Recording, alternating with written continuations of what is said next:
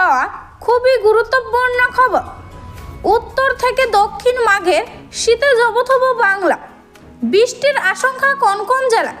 তো কোন কোন জেলায় বৃষ্টির ও শীতের আশঙ্কা রয়েছে আর কোন কোন জেলায় বৃষ্টি ও শীতের আশঙ্কা নেই, তো সবই বিস্তারিত জানিয়ে দেবো এই ভিডিওতে।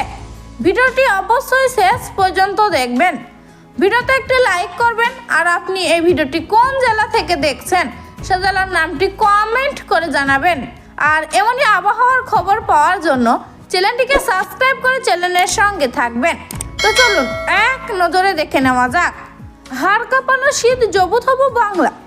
উত্তর থেকে দক্ষিণ ঝাঁকিয়ে ঠান্ডা কাঁপছে বাংলা। শহর থেকে জেলা শীতের দাপট সর্বোচ্চ।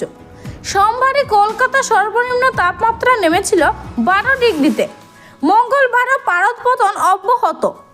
আরও কয়েকদিন ঠান্ডার এই মারকাটারি দাপট থাকবে।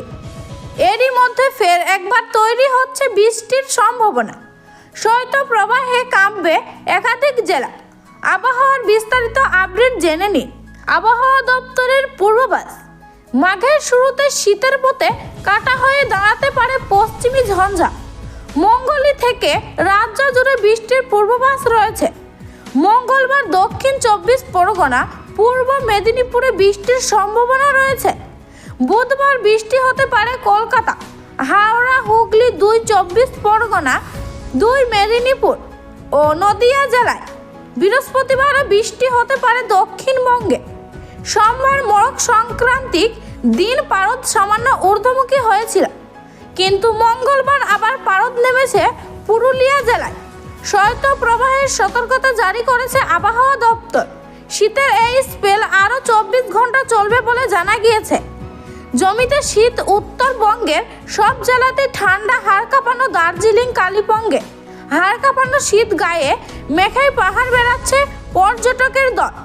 উত্তরবঙ্গের বেশ কয়েকটি জেলায় শৈত্যপ্রবাহের সতর্কতা জারি করা হয়েছে।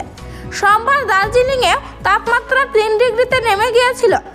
আগামী কয়েকদিন সেটা আরও কমতে পারে। বুধবার দার্জিলিং সহ জলপাইগুড়ি, আলিপুরদুয়ার, কোচবিহারে হালকা বৃষ্টি হতে পারে।